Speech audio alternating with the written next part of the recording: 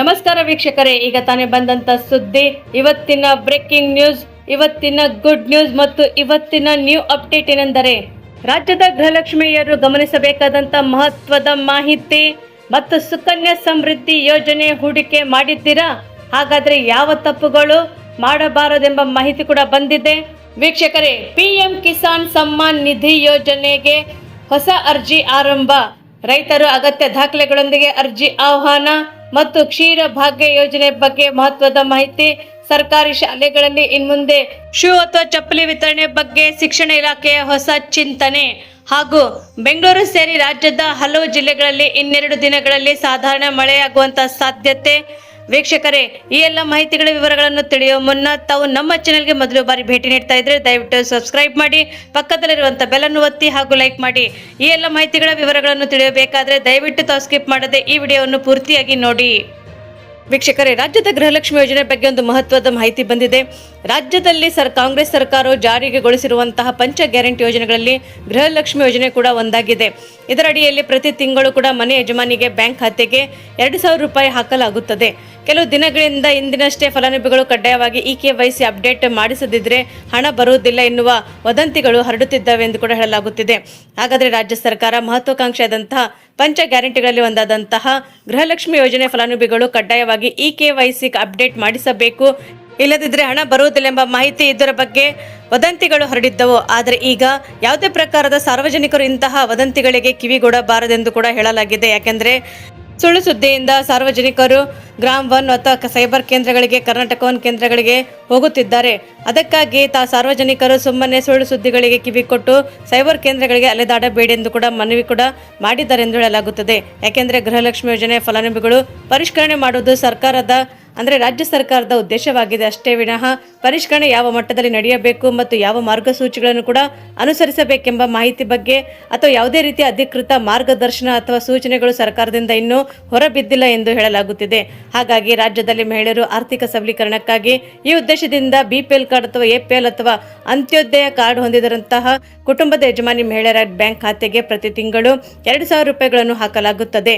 ಆದರೆ ಈ ಯೋಜನೆಯ ಆರಂಭ ಆದಾಗಿನಿಂದಲೇ ಈವರೆಗೂ ಕೂಡ ಒಟ್ಟು 30 ಕಂತುಗಳ ಹಣವನ್ನು ಕೂಡ ಫಲಾನುಭವಿಗಳ ಖಾತೆಗೆ DBT ಮೂಲಕ ಯಶಸ್ವಿಯಾಗಿ ಜಮಾ ಮಾಡಲಾಗಿದೆ ಮತ್ತು ಪ್ರಸ್ತುತ ಯಾವುದೇ ಅಡಚಣೆ ಇಲ್ಲದೆ ಕೂಡ ಹಣವನ್ನು ಪಾವತಿ ಮಾಡುತ್ತಿದ್ದು ಮತ್ತು KYC ನೆಪದಲ್ಲಿ ಸಾರ್ವಜನಿಕರು ಯಾವುದೇ ಗೊಂದಲಕ್ಕೆ ಹೋಗಬಾರದೆಂದು ಕೂಡ ಪ್ರಕಟಣೆಯಲ್ಲಿ ತಿಳಿಸಲಾಗಿದೆ.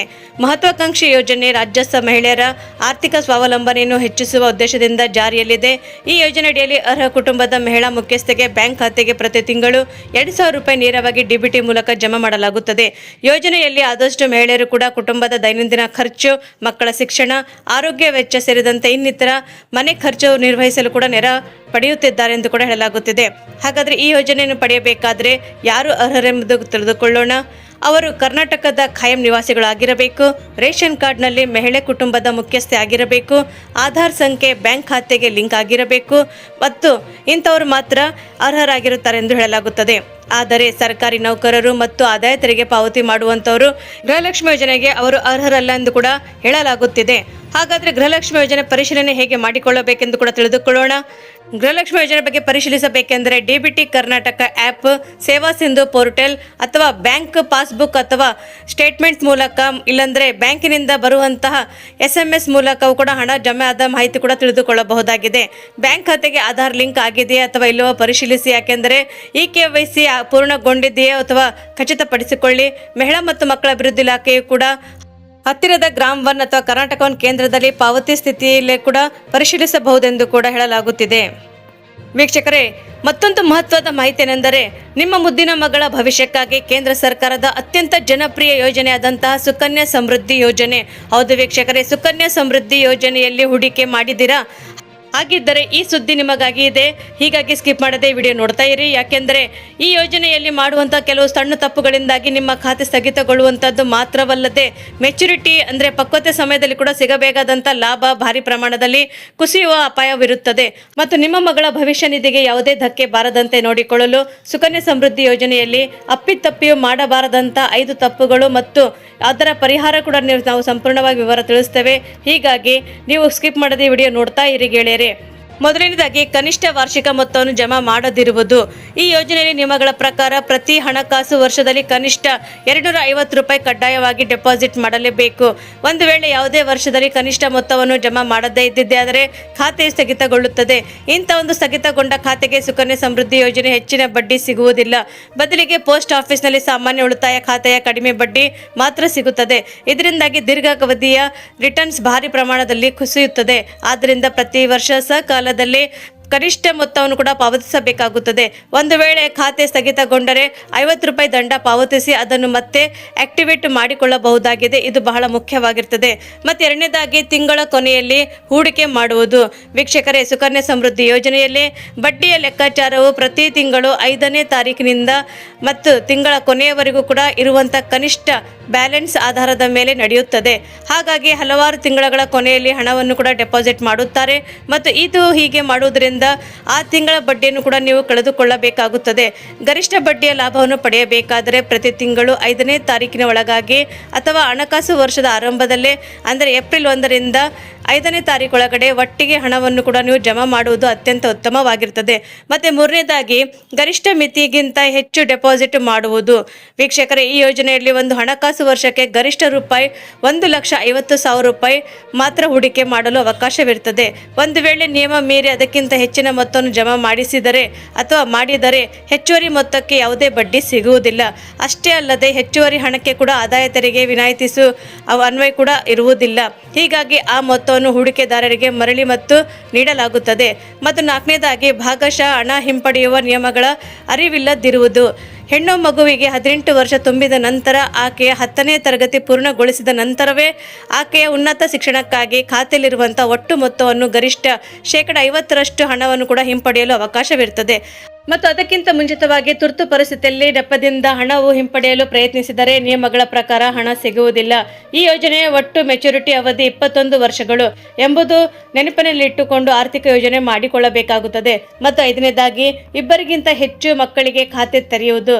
ಸರ್ಕಾರದ ನಿಯಮಗಳ ಪ್ರಕಾರ ಒಂದು ಕುಟುಂಬದಲ್ಲಿ ಗರಿಷ್ಠ 2 ಹೆಣ್ಣು ಮಕ್ಕಳು ಮಾತ್ರ ಈ ಖಾತೆಗೆ ತೆರೆಯಲು ಅವಕಾಶವಿರುತ್ತದೆ.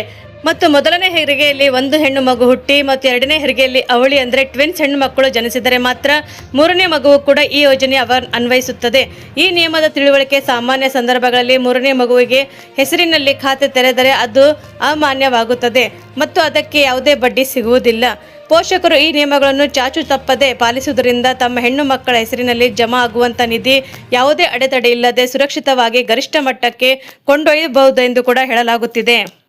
ವೀಕ್ಷಕರೇ, ರೈತರಿಗೊಂದು ಮಹತ್ವದ ಮಾಹಿತಿ ಏನೆಂದರೆ ಪ್ರಧಾನಮಂತ್ರಿ ಕಿಸಾನ್ ಸಮ್ಮಾನ್ ನಿಧಿ ಯೋಜನೆಯಡಿಯಲ್ಲಿ ಹೊಸ ಅರ್ಜಿಗಳನ್ನು ಸಲ್ಲಿಸಲು ಅವಕಾಶ ಕಲ್ಪಿಸಲಾಗಿದೆ. ಹೌದು ವೀಕ್ಷಕರೇ, ಇತ್ತೀಚಿನ ತಮ್ಮ ಹೆಸರಿಗೆ ಕೃಷಿ ಜಮೀನು ವರ್ಗಾವಣೆ ಆಗಿರುವ ರೈತರು ಕೂಡ ಈ ಯೋಜನೆಗೆ ನೋಂದಣಿ ಮಾಡಿಕೊಂಡು ಕೇಂದ್ರ ಸರ್ಕಾರ ನೀಡುವಂಥ ವಾರ್ಷಿಕ ಆರ್ಥಿಕ ನೆರವಿನ ಪ್ರಯೋಜನವನ್ನು ಕೂಡ ಪಡೆಯಬಹುದಾಗಿದೆ. PM ಕಿಸಾನ್ ಯೋಜನೆ ಅಡಿಯಲ್ಲಿ ಅರ್ಹ ರೈತರಿಗೆ ವರ್ಷಕ್ಕೆ 6,000 ರೂಪಾಯಿಗಳನ್ನು ಕೂಡ 3 ಸಮಾನ ಕಂತುಗಳಲ್ಲಿ ನೇರವಾಗಿ ಬ್ಯಾಂಕ್ ಖಾತೆಗಳಿಗೆ ಜಮಾ ಮಾಡಲಾಗುತ್ತದೆ. ಈ ಯೋಜನೆಯು ದೇಶದಾದ್ಯಂತ ಕೋಟ್ಯಾಂತರ ರೈತರು ಕೂಡ ಆರ್ಥಿಕ ಬೆಂಬಲ ನೀಡುತ್ತಿರುವಂತಹ ಪ್ರಮುಖ ಕೇಂದ್ರ ಸರ್ಕಾರದ ಯೋಜನೆಗಳಲ್ಲಿ ಇದು ಒಂದಾಗಿದೆ. ವೀಕ್ಷಕರೇ, ರೈತರು ಯಾವ ರೈತರಿಗೆ ಅರ್ಜಿಯನ್ನು ಸಲ್ಲಿಸಬಹುದೆಂದು ಕೂಡ ತಿಳಿದುಕೊಳ್ಳೋಣ. ಅರ್ಜಿದಾರರಾದಂಥ ರೈತರು ತಮ್ಮ ಹೆಸರಿನಲ್ಲಿ ಕೃಷಿ ಜಮೀನನ್ನು ಹೊಂದಿರಬೇಕಾಗಿರುತ್ತದೆ. ಪಿತ್ರಾರ್ಜಿತ ಆಸ್ತಿ ಅಥವಾ ವಾರಸುದಾರರ ಮೂಲಕ ಜಮೀನು ತಮ್ಮ ಹೆಸರಿಗೆ ವರ್ಗಾವಣೆ ಮಾಡಿಸಿರುವಂಥ ರೈತರು ಹೊಸದಾಗಿ ಅರ್ಜಿಯನ್ನು ಸಲ್ಲಿಸಬಹುದಾಗಿದೆ. ಮತ್ತು ಸಣ್ಣ ಅಥವಾ ಅತಿ ಸಣ್ಣ ಹಾಗೂ ದೊಡ್ಡ ರೈತರು ಕೂಡ ಸೇರಿದಂತೆ ಅರ್ಹತೆ ಹೊಂದಿರುವಂಥವರು ಎಲ್ಲ ರೈತರಿಗೆ ಈ ಅರ್ಜಿ ಸಲ್ಲಿಸಲು ಅವಕಾಶವಿರುತ್ತದೆ. ಆದರೆ ಒಂದು ಕುಟುಂಬದಲ್ಲಿ ಒಬ್ಬರಿಗೆ ಮಾತ್ರದ ಅವಕಾಶ ಇರುತ್ತದೆ. ಈ ಯೋಜನೆ ಲಾಭವನ್ನು ಅವರು ದೊರಕುತ್ತದೆ. ಮತ್ತು ಗಂಡ ಅಥವಾ ಹೆಂಡತಿ ಇಬ್ಬರು ಕೂಡ ಹೆಸರಿನಲ್ಲಿ ಜಮೀನು ಇದ್ದರೂ ಕೂಡ ಒಂದೇ ಆಧಾರ್ ಸಂಖ್ಯೆಗೆ ಮಾತ್ರ ಯೋಜನೆಗೆ ಸೌಲಭ್ಯವನ್ನು ಲಭ್ಯವಾಗುತ್ತದೆ. ಹಾಗಾದರೆ ಈ ಯೋಜನೆಯು ಯಾರಿಗೆ ಅನ್ವಯಿಸುವುದಿಲ್ಲ ಅದ್ರ ಬಗ್ಗೆ ಸಹ ತಿಳಿದುಕೊಳ್ಳೋಣ. 2026 ನಂತರ ನೇರವಾಗಿ ಕೃಷಿ ಜಮೀನು ಖರೀದಿಸಿರುವವರು, ಆದಾಯ ತೆರಿಗೆ ಪಾವತಿ ಮಾಡುವಂಥವರು, ಸರ್ಕಾರಿ ನೌಕರರು ಹಾಗೂ GST ನೋಂದಣಿ ಹೊಂದಿದವಂತಹ ವ್ಯಾಪಾರಿಗಳಿಗೆ ಈ ಯೋಜನೆ ಲಭ್ಯವಾಗುವುದಿಲ್ಲ ಅಥವಾ ದೊರೆಯುವುದಿಲ್ಲ ಎಂದು ಹೇಳಲಾಗುತ್ತಿದೆ. ಹಾಗಾದರೆ ಅರ್ಜಿ ಸಲ್ಲಿಸಲು ಬೇಕಾದಂಥ ಮುಖ್ಯ ದಾಖಲೆಗಳು ಯಾವೆಂದು ಕೂಡ ತಿಳಿದುಕೊಳ್ಳೋಣ. ಅರ್ಜಿ ಸಲ್ಲಿಸುವಾಗ ಆಧಾರ್ ಕಾರ್ಡ್, ಬ್ಯಾಂಕ್ ಪಾಸ್ಬುಕ್, ಜಮೀನಿನ ಪಹಣಿ ಅಥವಾ RTC ಹಾಗೂ ಚಾಲ್ತಿಯಲ್ಲಿರುವಂಥ ಮೊಬೈಲ್ ಸಂಖ್ಯೆಯನ್ನು ಕೂಡ ಹೊಂದಿರಬೇಕಾಗಿರುತ್ತದೆ. ಮತ್ತು ದಾಖಲೆಗಳಲ್ಲಿ ಯಾವುದೇ ತಪ್ಪು ಇಲ್ಲದಿರುವುದನ್ನು ಕೂಡ ಖಚಿತಪಡಿಸಿಕೊಳ್ಳುವುದು ಕೂಡ ಅಗತ್ಯವಾಗಿರುತ್ತದೆ. ಹಾಗಾದರೆ ಅರ್ಜಿ ಸಲ್ಲಿಸುವ ವಿಧಾನ ಹೇಗೆಂದರೆ, ಅರ್ಹ ರೈತರು ಅಗತ್ಯ ದಾಖಲೆಗಳೊಂದಿಗೆ ಸಮೀಪದಲ್ಲಿರುವಂತಹ ರೈತರ ಸಂಪರ್ಕ ಕೇಂದ್ರ ಅಥವಾ ಕೃಷಿ ಇಲಾಖೆಯ ಕಚೇರಿಗೆ ಭೇಟಿ ನೀಡಿ ಅರ್ಜಿ ಸಲ್ಲಿಸಬಹುದಾಗಿದೆ. ಅಧಿಕಾರಿಗಳು ದಾಖಲೆಗಳನ್ನು ಪರಿಶೀಲಿಸಿ ಆನ್ಲೈನ್ ಮೂಲಕ ನೋಂದಣಿ ಪ್ರಕ್ರಿಯೆ ಪೂರ್ಣಗೊಳಿಸುತ್ತಾರೆ. ಹಾಗಾದರೆ ಅರ್ಜಿ ಸ್ಥಿತಿ ಪರಿಶೀಲಿಸುವುದು ಹೇಗೆ ಎಂದು ಕೂಡ ತಿಳಿದುಕೊಳ್ಳೋಣ. ಅರ್ಜಿ ಸಲ್ಲಿಸಿದ ಬಳಿಕ ಪಿಎಂ ಕಿಸಾನ್ ಅಭಿವೃದ್ಧಿ ವೆಬ್ಸೈಟ್ನಲ್ಲಿ ಕೂಡ ಹೋಗಿ ಆಯ್ಕೆ ಮಾಡಿ ಬಳಸಿಕೊಂಡು ಪಿಎಂ ಕಿಸಾನ್ ಐಡಿ ಅಥವಾ ಆಧಾರ್ ಸಂಖ್ಯೆಯ ಮೂಲಕ ಅರ್ಜಿಯ ಸ್ಥಿತಿಯನ್ನು ಕೂಡ ಪರಿಶೀಲಿಸಬಹುದೆಂದು ಕೂಡ ಹೇಳಲಾಗುತ್ತಿದೆ. ವೀಕ್ಷಕರೇ, ಇನ್ನು ವಿಶೇಷವಾದ ಮಾಹಿತಿ ಏನೆಂದರೆ, ಸರ್ಕಾರಿ ಹಾಗೂ ಅನುದಾನಿತ ಶಾಲೆಗಳ ವಿದ್ಯಾರ್ಥಿಗಳಿಗೆ ವಿತರಿಸಲಾಗಿರುವಂತಹ ಶೂ ಅಥವಾ ಸ್ಟಾಕ್ ಯೋಜನೆಯಲ್ಲಿ ಬದಲಾವಣೆ ಕೂಡ ತರಲು ಶಿಕ್ಷಣ ಇಲಾಖೆ ಕೂಡ ಚರ್ಚೆ ನಡೆಸುತ್ತಿದೆ. ರಾಜ್ಯದ ವಿವಿಧ ಭಾಗಗಳ ಹವಾಮಾನ ಪರಿಸ್ಥಿತಿ ಮತ್ತು ಮಕ್ಕಳ ಆರೋಗ್ಯದ ದೃಷ್ಟಿಯಿಂದಾಗಿ ಮುಂದಿನ ದಿನಗಳಲ್ಲಿ ಶೂ ಬದಲಿಗೆ ಅಥವಾ ಚಪ್ಪಲಿ ವಿತರಿಸುವಂತ ಆಯ್ಕೆ ಕೂಡ ಪರಿಗಣಿಸಲಾಗುತ್ತಿದೆ ಎಂದು ಹೇಳಲಾಗುತ್ತಿದೆ. ಹೌದು ವೀಕ್ಷಕರೇ, ಶಾಲಾ ಮಕ್ಕಳಲ್ಲಿ ದೀರ್ಘಕಾಲದ ಶೂ ಧರಿಸುವುದರಿಂದ ಕಾಲಿನ ಸೋಂಕು ಅಥವಾ ಅಸ್ತವ್ಯಸ್ತತೆ ಅಥವಾ ಇತರ ಆರೋಗ್ಯದ ಸಮಸ್ಯೆಗಳು ಕೂಡ ಕಾಣಿಸಿಕೊಳ್ಳುತ್ತಿರುವ ಬಗ್ಗೆ ಕೆಲವು ವರದಿಗಳು ಇಲಾಖೆಗೆ ತಲುಪಿದೆ.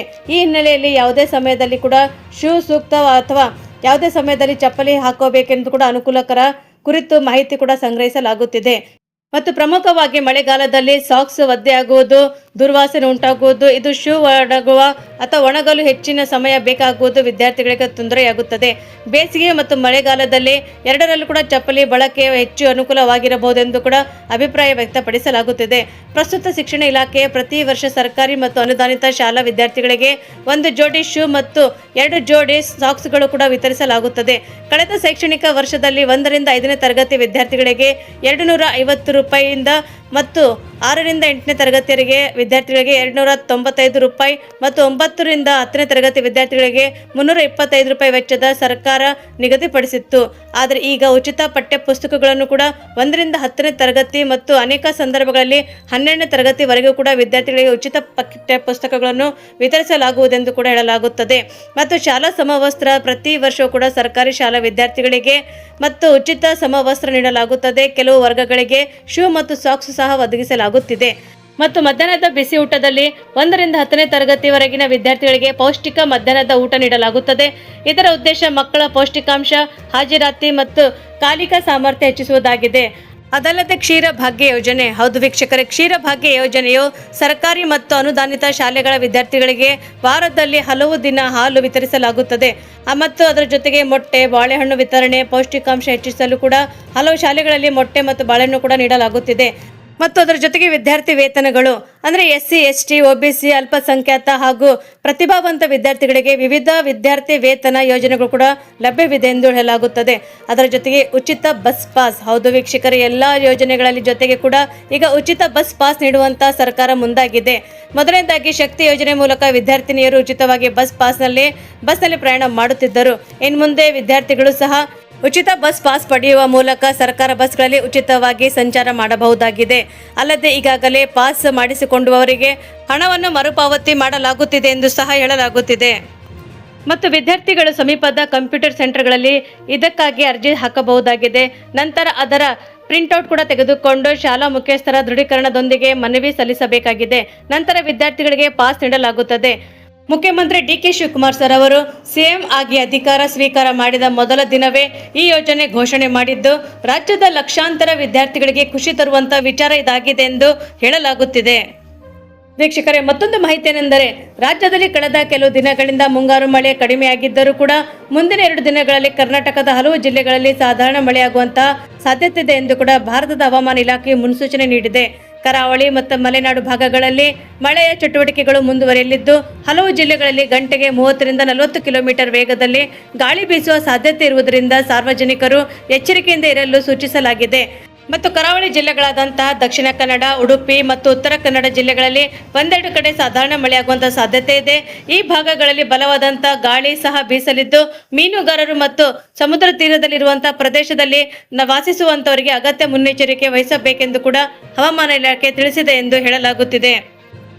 ಮಲೆನಾಡು ಭಾಗದಲ್ಲಿಯೂ ಕೂಡ ಮಳೆಯ ಚಟುವಟಿಕೆಗಳು ಮುಂದುವರೆದಿದ್ದು ಸಾಧ್ಯತೆ ಇದೆ ಎಂದು ಶಿವಮೊಗ್ಗ, ಚಿಕ್ಕಮಗಳೂರು, ಕೊಡಗು ಮತ್ತು ಹಾಸನ ಜಿಲ್ಲೆಗಳಿಗೆ ಸಾಧಾರಣದಿಂದ ಮಧ್ಯಮದ ಪ್ರಮಾಣದ ಮಳೆಯಾಗುವಂತ ಕೆಲವು ಕಡೆ ಮೋಡ ಕವಿದ ವಾತಾವರಣ ಮುಂದುವರಿಯಲಿದೆ. ಮತ್ತು ಈ ಜಿಲ್ಲೆಗಳ ಜನರು ಮಳೆ ಮತ್ತು ಗಾಳಿಯ ಹಿನ್ನೆಲೆ ಅಗತ್ಯ ಸುರಕ್ಷತಾ ಕ್ರಮಗಳನ್ನು ಕೂಡ ಅನುಸರಿಸುವಂತೆ ಸೂಚಿಸಲಾಗಿದೆ. ಮತ್ತು ರಾಜಧಾನಿ ಬೆಂಗಳೂರು ಸೇರಿದಂತೆ ಬೆಂಗಳೂರು ನಗರ, ಬೆಂಗಳೂರು ಗ್ರಾಮಾಂತರ ಜಿಲ್ಲೆಗಳಲ್ಲಿ ಕೂಡ ಬಲವಾದಂತಹ ಗಾಳಿ ಬೀಸುವ ಸಾಧ್ಯತೆ ಇದೆ. ಜೊತೆಗೆ ಮೈಸೂರು, ಮಂಡ್ಯ, ರಾಮನಗರ, ತುಮಕೂರು, ಚಿಕ್ಕಬಳ್ಳಾಪುರ, ಕೋಲಾರ, ಚಾಮರಾಜನಗರ, ಚಿತ್ರದುರ್ಗ, ದಾವಣಗೆರೆ, ಬಳ್ಳಾರಿ ಮತ್ತು ವಿಜಯನಗರ ಜಿಲ್ಲೆಗಳಲ್ಲಿ ಕೂಡ ಗಂಟೆಗೆ 30 ರಿಂದ 40 ಕಿಲೋಮೀಟರ್ ವೇಗದಲ್ಲಿ ಗಾಳಿ ಬೀಸುವ ಸಾಧ್ಯತೆ ಇದೆ. ಈ ಭಾಗಗಳಲ್ಲಿ ಮಳೆಯ ಪ್ರಮಾಣ ಕೂಡ ಹೆಚ್ಚಾಗಲಿದ್ದು ಮತ್ತು ಬಲವಾದಂತಹ ಗಾಳಿ, ಮರಗಳು, ವಿದ್ಯುತ್ ತಂತಿಗಳು ಅಥವಾ ತಾತ್ಕಾಲಿಕ ನಿರ್ಮಾಣಗಳಿಗೆ ಹಾನಿಯಾಗುವಂತ ಸಾಧ್ಯತೆ ಇರುವುದರಿಂದ ಎಚ್ಚರಿಕೆ ಅಗತ್ಯವಿರುತ್ತದೆ. ಮತ್ತು ಉತ್ತರ ಒಳನಾಡಿನ ಜಿಲ್ಲೆಗಳಾದಂತಹ ವ್ಯಾಪಕ ಮಳೆ ಸಾಧ್ಯತೆ ಕಡಿಮೆ ಇರುವುದರಿಂದ ಗಾಳಿಯ ವೇಗ ಹೆಚ್ಚೇ ಇರಲಿದೆ. ಬಾಗಲಕೋಟೆ, ಬೆಳಗಾವಿ, ಬೀದರ್, ಧಾರವಾಡ, ಗದಗ, ಹಾವೇರಿ, ಕಲಬುರಗಿ, ಕೊಪ್ಪಳ, ರಾಯಚೂರು, ವಿಜಯಪುರ ಹಾಗೂ ಯಾದಗಿರಿ ಜಿಲ್ಲೆಗಳಲ್ಲಿ ಕೂಡ ಬಲವಾದ ಗಾಳಿ ಬೀಸುವ ಸಾಧ್ಯತೆ ಇದೆ ಮತ್ತು ಕೆಲವೆಡೆ ಸಾಧಾರಣ ಮಳೆಯಾಗುವಂತಹ ಸಾಧ್ಯತೆ ಇದೆ ಮತ್ತು ಕೆಲವು ಭಾಗಗಳಲ್ಲಿ ಒಣ ವಾತಾವರಣ ಮುಂದುವರಿಯುವುದು ಕೂಡ ನಿರೀಕ್ಷೆಯಲ್ಲಿದೆ ಎಂದು ಹವಾಮಾನ ಇಲಾಖೆ ಸೂಚಿಸಿದೆ ಎಂದು ಹೇಳಲಾಗುತ್ತಿದೆ. ಮತ್ತು ಕರಾವಳಿ ಜಿಲ್ಲೆಗಳಲ್ಲಿ ಕೂಡ ಸಾಧಾರಣ ಮಳೆ ಮುಂದುವರಿಯಲಿದ್ದು ಮಲೆನಾಡಿನ ಶಿವಮೊಗ್ಗ, ಚಿಕ್ಕಮಗಳೂರು, ಕೊಡಗು ಮತ್ತು ಹಾಸನ ಜಿಲ್ಲೆಗಳಲ್ಲಿ ಕೂಡ ಮಳೆ ಚಟುವಟಿಕೆಗಳು ಮುಂದುವರಿಯಲಿದೆ. ಉತ್ತರ ಒಳನಾಡಿನ ಬೆಳಗಾವಿ, ಧಾರವಾಡ, ಗದಗ ಮತ್ತು ಹಾವೇರಿ ಜಿಲ್ಲೆಗಳಲ್ಲಿ ಕೂಡ ಹಗುರ ಮಳೆಯಾಗುವಂತಹ ಸಾಧ್ಯತೆ ಇದೆ ಮತ್ತು ಉಳಿದ ಜಿಲ್ಲೆಗಳಲ್ಲಿ ಬಲವಾದ ಗಾಳಿ ಬೀಸುವ ಪರಿಣಾಮ ಹೆಚ್ಚಿದೆ ಎಂದು ಕೂಡ ಹವಾಮಾನ ಇಲಾಖೆ ತಿಳಿಸಿದೆ. ಬಲವಾದ ಗಾಳಿ ಸಂದರ್ಭಗಳಲ್ಲಿ ಕೂಡ ಮಳೆಗಳು ಕೆಳಗೆ ವಾಹನ ನಿಲ್ಲಿಸಬಾರದು, ಇದು ತಪ್ಪಿಸುವುದು ಮತ್ತು ವಿದ್ಯುತ್ ಕಂಬಗಳು ಹಾಗೂ ದುರ್ಬಲ ಕಟ್ಟಡಗಳ ಬಳಿ ಅನಗತ್ಯವಾಗಿ ನಿಲ್ಲುವುದು ಒಳಿತಲ್ಲ ಎಂದು ಕೂಡ ಹೇಳಲಾಗಿದೆ. ರೈತರು ಕೃಷಿ ಚಟುವಟಿಕೆಗಳನ್ನು ಕೂಡ ಸ್ಥಳೀಯ ಹವಾಮಾನ ಮಾಹಿತಿ ಆಧರಿಸಿ ಯೋಚಿಸಬೇಕೆಂದು ಕೂಡ ಹವಾಮಾನ ಇಲಾಖೆಯು ಮುನ್ಸೂಚನೆ ನೀಡಿದೆ ಎಂದು ಕೂಡ ಹೇಳಲಾಗುತ್ತಿದೆ. ವೀಕ್ಷಕರೇ, ನಮ್ಮ ಈ ವಿಡಿಯೋವು ತಾವು ಮೊದಲು ಬಾರಿಗೆ ನೋಡುತ್ತಿದ್ದರೆ ದಯವಿಟ್ಟು ಸಬ್ಸ್ಕ್ರೈಬ್ ಮಾಡಿ, ಪಕ್ಕದಲ್ಲಿರುವಂಥ ಬೆಲ್ಲನ್ನು ಒತ್ತಿ ಹಾಗೂ ಲೈಕ್ ಮಾಡಿ. ನಿಮ್ಮ ಸಲಹೆ ಮತ್ತು ಸೂಚನೆಗಳನ್ನು ನಮಗೆ ಕಮೆಂಟ್ ಬಾಕ್ಸಲ್ಲಿ ತಿಳಿಸಿ ಮತ್ತು ತಪ್ಪದೇ ನಿಮ್ಮ ಊರನ್ನು ಕೂಡ ಮೆನ್ಷನ್ ಮಾಡಿ, ಯಾಕೆಂದರೆ ಮುಂದಿನ ಅಪ್ಡೇಟ್ಗಳಿಗೆ ನಮಗೆ ಅನುಕೂಲವಾಗುತ್ತದೆ. ಮತ್ತು ನಮ್ಮ ಈ ವಿಡಿಯೋವು ತಾವು ಪೂರ್ತಿಯಾಗಿ ನೋಡಿದ್ದಕ್ಕೆ ತಮಗೆ ಧನ್ಯವಾದಗಳು.